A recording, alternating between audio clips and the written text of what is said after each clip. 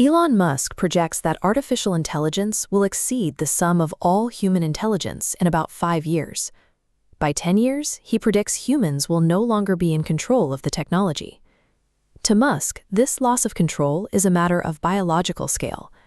We are an evolved form of chimpanzee, and just as the intelligence gap between us and chimps makes it impossible for them to be in charge of human society, a similar gap with AI would make human governments impossible. He estimates there is a 10 to 20% chance that this intelligence gap leads to a killer robot scenario that ends humanity. Despite these stakes, Musk's current stance is surprisingly relaxed. His advice for the coming decade is simple: enjoy the ride. This marks a sharp departure from his years as a vocal alarmist, when he frequently warned that AI posed a greater risk to civilization than nuclear weapons.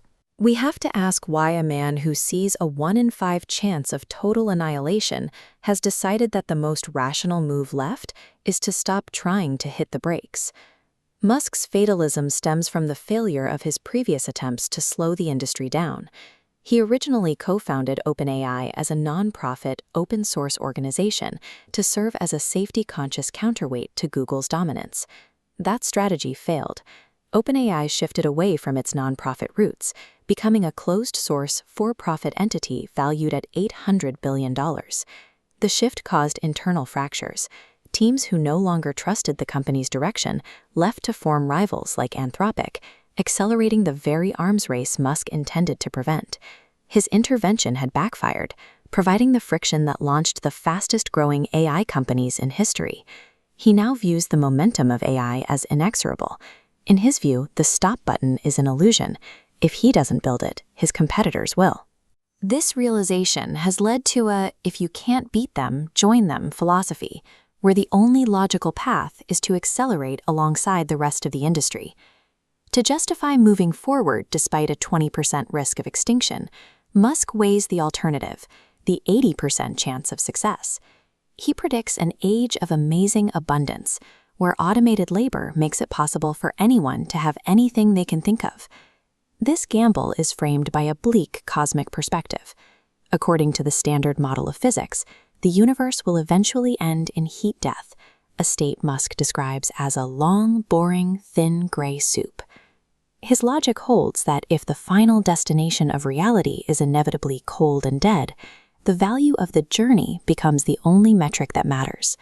In this framework, a 1 in 5 risk of a sudden end today is an acceptable price for the chance to achieve a period of post-scarcity abundance before the universe eventually winds down on its own. While the long-term future is theoretical, the next 10 years present a very practical problem: how to survive the transition as these models grow more powerful. Government regulators often lack the technical expertise to keep up with breakthroughs that happen daily. They are poorly equipped to judge whether a new model poses a security risk. Musk's proposed solution is a system where the industry regulates itself through mutual distrust. The leading labs would be required to give their competitors early access to new models. Rival engineers would then have 1 to 2 weeks to audit the code for safety flaws before a public release.